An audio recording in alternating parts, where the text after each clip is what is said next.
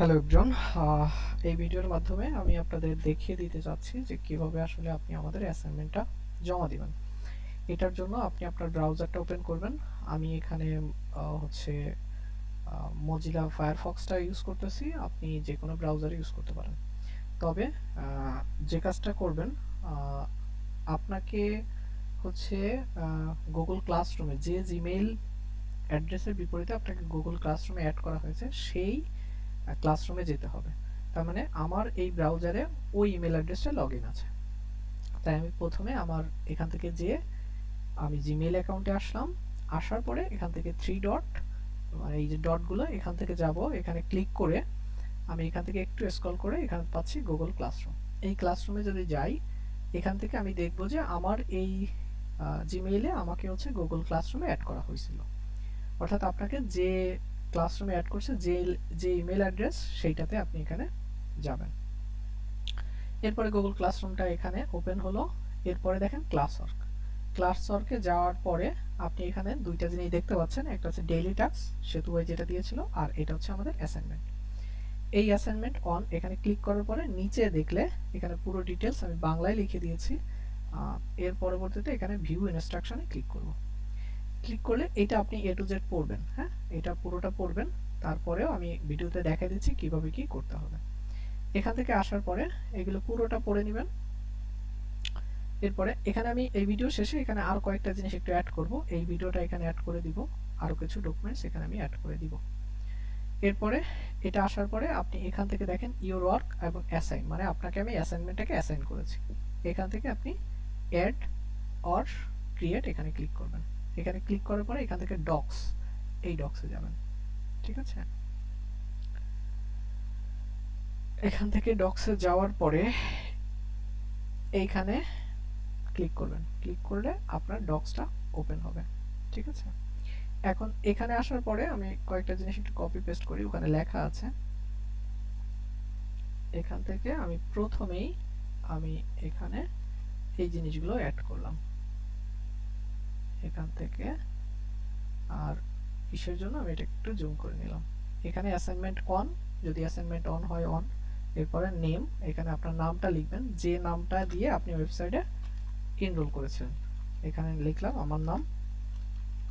দেন আমি যে email address দিয়ে আমি লগ ইন করেছিলাম, মানে যে ইমেল অ্যাড্রেসের বিপরীতে আমার এই ইন্টারঅ্যাক্টিভ স্কেয়ারসে আমার ওয়েবসাইটটা তৈরি করা, মানে অ্যাকাউন্টটা ওপেন করা। এখানে জাস্ট আমি একটা ইমেল অ্যাড্রেস, এটা কিন্তু অবশ্যই ভ্যালিড ইমেল অ্যাড্রেস হতে হবে, তা না হলে কিন্তু আপনার অ্যাসাইনমেন্টটা সাবমিট হবে না। এরপরে আমি এইগুলোকে ক্লিক করে একটু সুন্দর করে নিলাম। আর এগুলোকে জাস্ট আপনি আপনার মতো করে এগুলোকে উপর নিচে বড় ছোট হাবিজাবি এগুলো একটু করে নিন। হ্যাঁ, ফন্ট করলাম। দেন এটা এখান থেকে আমি ক্লিক করে ইনসার্টে যেয়ে একটা লাইন অ্যাড করলাম, নিচে অ্যাড আসলো। আর এখান থেকে পরবর্তী লেখাগুলো বাম পাশে। এরপরে আমি হচ্ছে আমাদের সেই অ্যাসাইনমেন্ট ওয়ার্কে গেলাম। এখানে যাওয়ার পরে এই যে যে প্রথম লিঙ্কটা, এই লিঙ্কে গেলে আপনি পুরো অ্যাসাইনমেন্টটা দেখতে পাবেন। আমি এখানে ক্লিক করলাম। এরপরে এই অ্যাসাইনমেন্টটা দেওয়া আছে, এটার ডেডলাইন কবে, কত মার্কস, সব দেওয়া আছে। এখানে একটু পড়ে নেবেন। এখানে আছে বেসিক কোশ্চেন। ঠিক আছে, আপনি যে কাজটা করবেন সেটা হচ্ছে এখান থেকে এই কোশ্চেনটা, একটা কোশ্চেন বা উপরে আপনি হেডিংটা দিতে পারেন, এটাকে কপি করে আপনি এখানে গেলেন, যাওয়ার পরে বেসিক কোশ্চেনটা লিখলেন, মার্কসটা আপনি তুলে দিলেন, এটা দরকার নাই। এখান থেকে পার্টে গেলেন, যাওয়ার পরে আপনি প্রথম কোশ্চেনটা এখান থেকে কপি করলেন, কপি করে এখানে বসাই দিলেন। এবার এই কোশ্চেনের অ্যান্সারটা কি হবে, আপনি অ্যান্সারটা এখানে অ্যান্সারটা আপনি লিখলেন। আমি আশা করব এগুলো আপনি কোনো চ্যাট জিপিটি বা এরকম কারো কাছ থেকে জেনারেট করে নেবেন না, আপনি নিজের মতো করে লিখবেন পুরো অ্যান্সারটা। এরপর এখান থেকে লিখলেন, অনেক কিছু লিখলেন। এরপরে সেকেন্ড কোশ্চেন, আপনি অ্যাসাইনমেন্টে গেলেন, সেকেন্ড কোশ্চেনটা কপি করলেন, এরকম করে ওইটারও অ্যান্সার লিখলেন। আর এখানে দুইটা জিনিস, একটা দুইটা তিনটা, তিনটা হচ্ছে আপনাকে কোড করতে হবে। ঠিক আছে, তারপরেও আপনি কি করলেন, এটাকে কপি করলেন, কপি করে নাম্বারটা একটু সিরিয়াল নাম্বারটা মেনটেন করবেন। এরপরে আপনি এই ইমেজটা তো লাগবে, এখান থেকে যদি আপনি ইমেজটা কোনোভাবে কপি করতে পারেন ভালো, আর না হলে আমি এখানে ফিল্ম শট নামক একটা মানে একটা টুলস ইউজ করতেছি, আপনি লাইট শট ইউজ করতে পারেন, যে কোনোটা করতে পারেন। এখানে যে হচ্ছে আমি কি করব, এই যে এখান থেকে টেক শট, এখান থেকে একটা স্ক্রিনশট নিলাম, নিয়ে এটাকে কপি করলাম, কপি করে আমি এখান থেকে যাব এটার বিপরীতে বসাবো। তার মানে এটা হলো। এর পরবর্তীতে এখন এইটা কিন্তু আপনার ডিজাইন করতে হবে। এটার জন্য আপনি এই ডিজাইনটার GitHub লিংক, এটা সোর্স কোডটা, এটা কাজটা করবেন, এটা সোর্স কোডটা গিটহাবে পুশ করবেন এবং সেই গিটহাব থেকে ওই লিংকটা আপনি নেবেন। মনে করেন আমি এরকম করে গিটহাব লিংকগুলো অ্যাড করে রাখছি। সাপোজ আমি এটা কপি করলাম, এখানে রাখলাম। এখানে আমি প্রথমটার এই যে সাপোজ আমি এখানে একটা গিটহাব লিংক দিলাম, এই যে গিটহাব লিংক, তার মানে এটা সাপোজ ধরে নেন ওইটার গিটহাব ইউআরএল লিংক। এরপরে আমি কি করলাম, এটার লাইভ ইউআরএল লিংক পাশেই আমি অ্যাড করে রাখলাম। তার মানে এটা কিভাবে গিটহাবে পুশ করতে হবে এটার জন্য আমি একটা ভিডিও এই ডকুমেন্টেশনে আমি নিচে অ্যাড করে দিব, ঠিক আছে? এবং কিভাবে গিটহাবে পুশ করতে হবে এবং কিভাবে আপনার লাইভ ইউআরএল তৈরি করতে হবে আমি এই পয়েন্টের নিচেই অ্যাড করে একটা ভিডিও দিয়ে দিচ্ছি।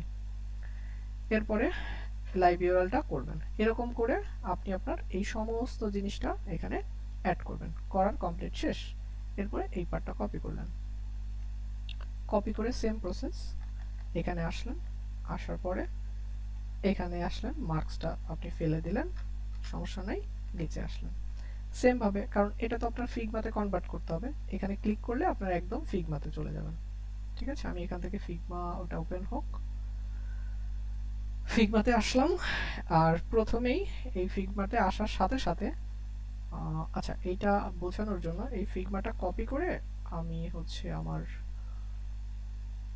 একটা লগইন করা ব্রাউজারে নিয়ে যাই, এখানে যে আমি এটাকে পেস্ট করলাম, মানে যে ব্রাউজারে আমার ফিগমাটা লগইন আছে আর কি, সেখানে গেলাম। সেখানে যাওয়ার পরে প্রথম কাজ হবে এই ফিগমার একদম ফার্স্ট কাজ আপনি করবেন, এটাকে একটু জুম করেন, জুম করে এটাকে একটু এদিকে টেনে নিয়ে আসেন। এই যে উপরে কোণায় আমার মাউস পয়েন্টারটা খেয়াল করেন, এখানে আপনার কপি ইওর ড্রাফট, এটাকে কপি করে নেবেন। একটা ক্লিক করবেন, ক্লিক করলে এটা কপি হয়ে আপনার অ্যাকাউন্টে চলে যাবে।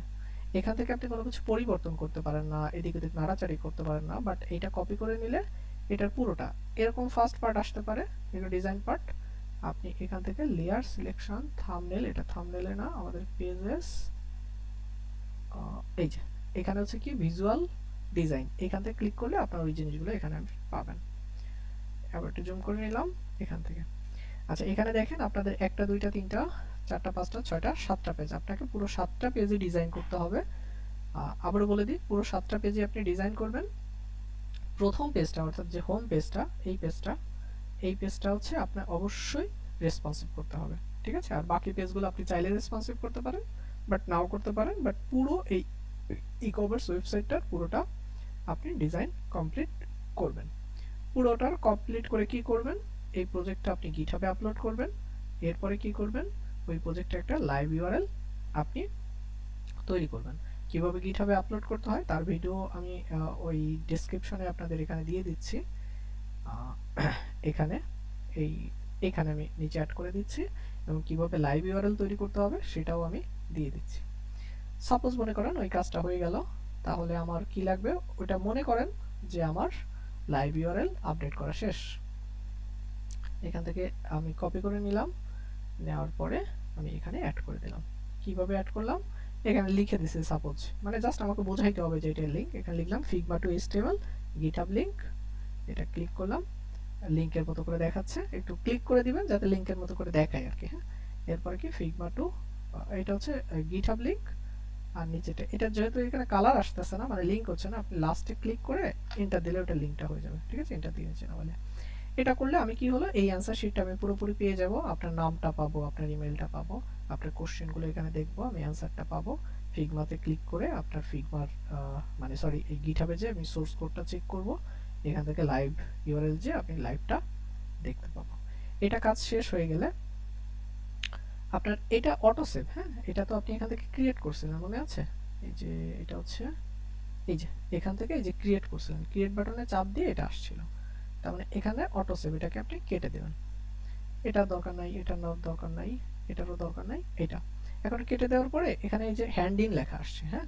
এখন আপনি তো এটা একটু আগে লিখছিলেন, বাট তারপরে আরেকবার একটু চেক করার জন্য এখান থেকে আবার ক্লিক করে দেখবেন যে আপনি যেটা লিখছিলেন ওটা সাকসেসফুলি সেভ আছে কিনা। হ্যাঁ, এটা সাকসেসফুলি এখানে সেভ আছে।